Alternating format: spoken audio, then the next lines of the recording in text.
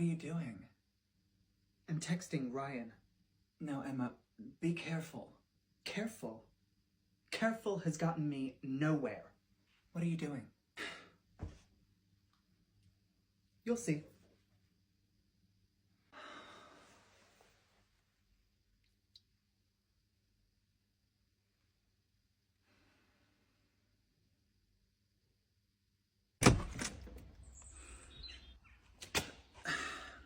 Ryan, I wanted to talk to Sophie. You said she'd be here tonight. Yeah, she just popped out to Brenda's, but you can come and wait inside. It's cold out. Right. I'm gonna just wait out here until she gets back then. Look, I get it, but it's freezing outside. She'll be back any minute. Just wait in here.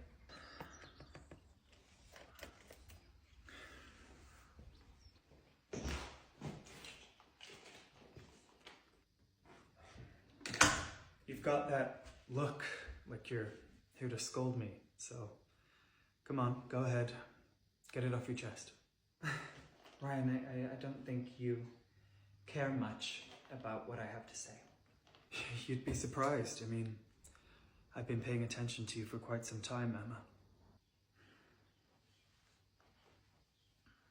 Look, I'm not gonna stand here and pretend that I'm perfect. I've made some mistakes and I've crossed a line or two, but I'm not the only one that's noticed something, am I?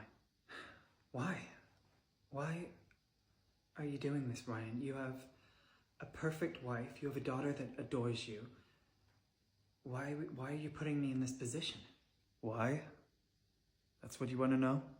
Yes, I want to hear you say it. Because I can, Emma.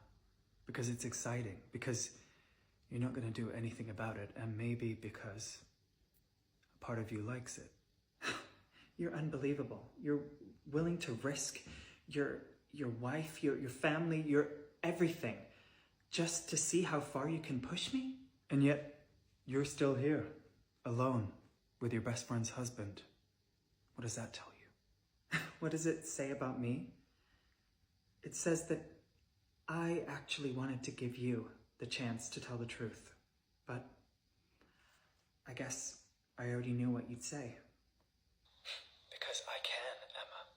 Because it's exciting. Because you're not going to do anything about it. And maybe because a part of you likes it.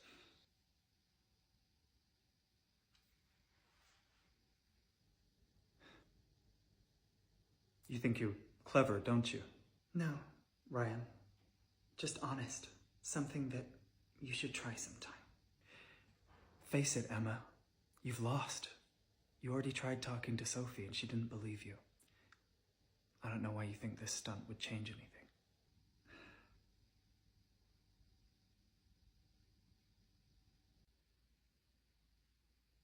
Give me that. Sorry, Emma.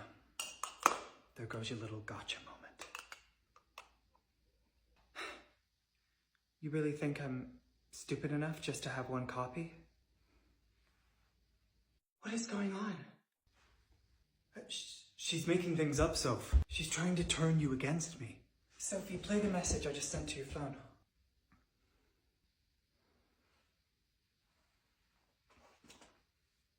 No.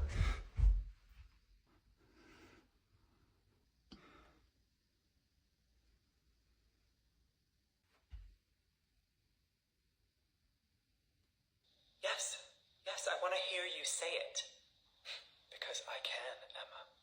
Because it's exciting. Because you're not going to do anything about it. And maybe because a part of you likes it.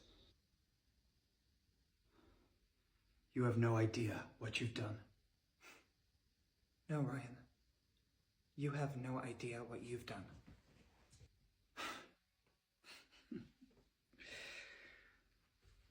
Well. No!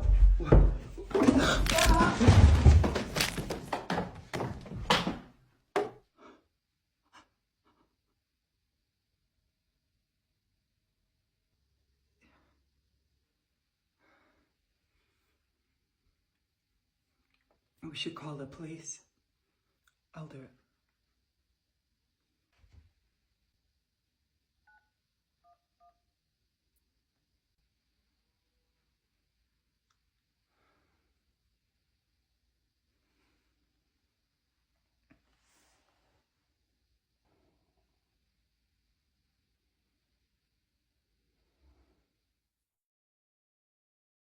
I wish people saw me as more than just the nerdy girl.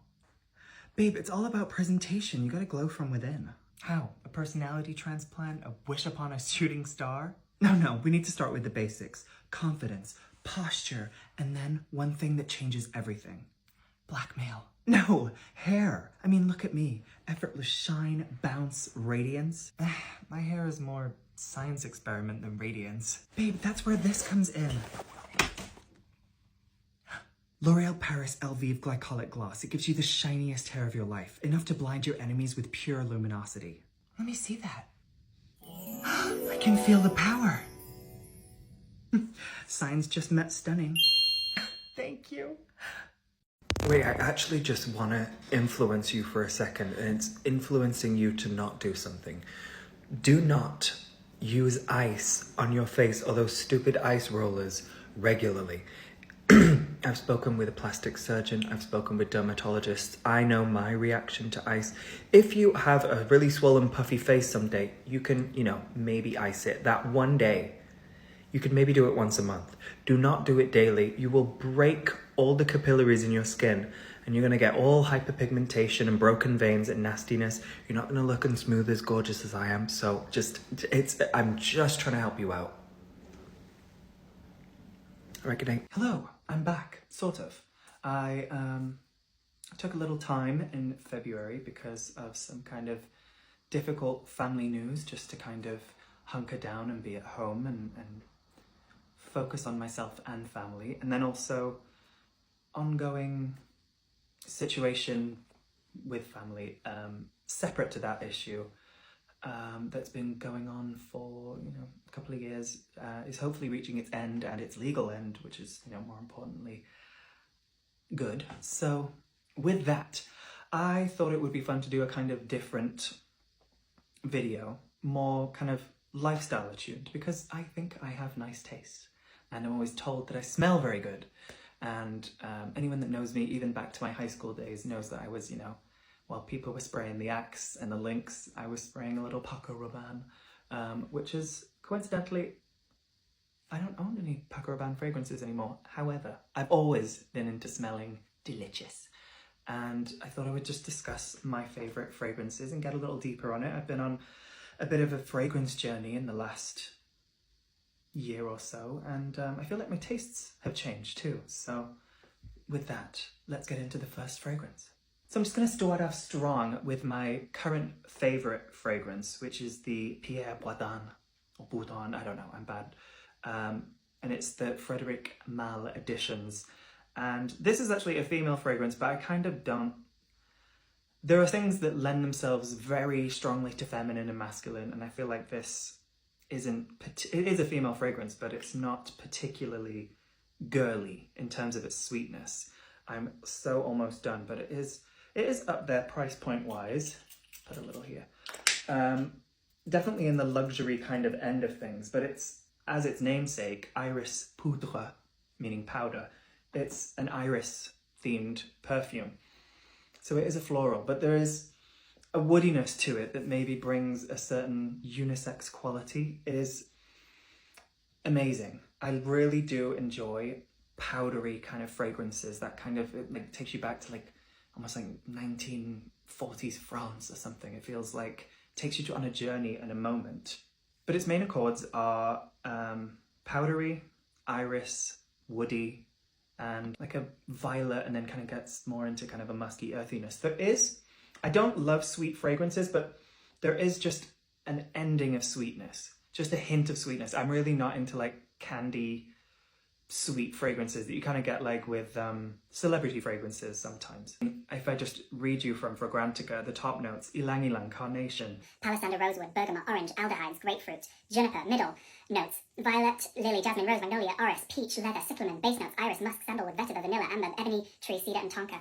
If you like that kind of cleanness, a slight, like the aldehydes, that kind of, some people that smells soapy and they enjoy it, some people don't enjoy it. It feels like it's almost detergent-like for them, and you'll see a theme of a couple of other fragrances that have kind of an aldehyde note in it, but I like that kind of clean smelling, almost soapy moment. It kind of just feels fresh and like a bit inspiring. I'm not really into like a very evening-y fragrance. But in winter, you know, I switch things up.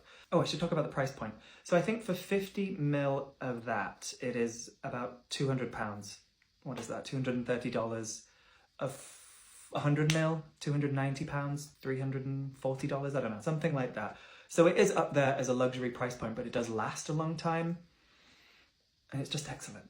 Something a little bit more affordable is the Diptyque Geranium Odorata. And now this is where I've started to kind of progress in my fragrances. And as we're getting towards spring, I really am enjoying the greener notes. Something that's really lovely about Diptyque is they put a little picture on the back. I mean, that's the label. And then through the perfume, you can see the picture here. So there's a crane in there. And the man was talking about, you know, cranes build geranium, which I happen to have a lot of in my garden. So it's kind of like a meant to be moment. Now this is very green, very floral, fresh, almost cut grass green in terms of its kind of floral note. It's not like sweet kind of false floral. It's a very real smelling floral with a bit of citrus.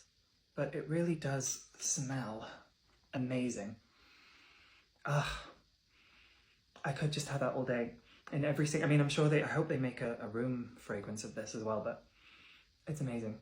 Again, I'm sure as it's a floral, it's probably a female fragrance, but I feel like when things dry down, sometimes I feel like when someone smells really good, you notice them, you don't necessarily know like they're wearing a girl's fragrance or they're wearing a men's fragrance. It's just kind of, they smell good. The notes are geranium, bergamot, vetiver, pink pepper, cedar, and tonka bean. I'm just kidding, I memorized that. I'm not getting that all through my nose, but I'm learning. This was £135, maybe $150, I don't know. But it's a very green, fresh floral. I love geranium so much. I find it just such a kind of punchy, kind of vibrant, like almost like, you know, when you cut a lemon and it kind of, you see the burst of the oils and the fragrance come off of the zest. It just is a really special fragrance, and I think going into spring, it's delicious. Staying on that kind of spring floral, this is a brand quite old.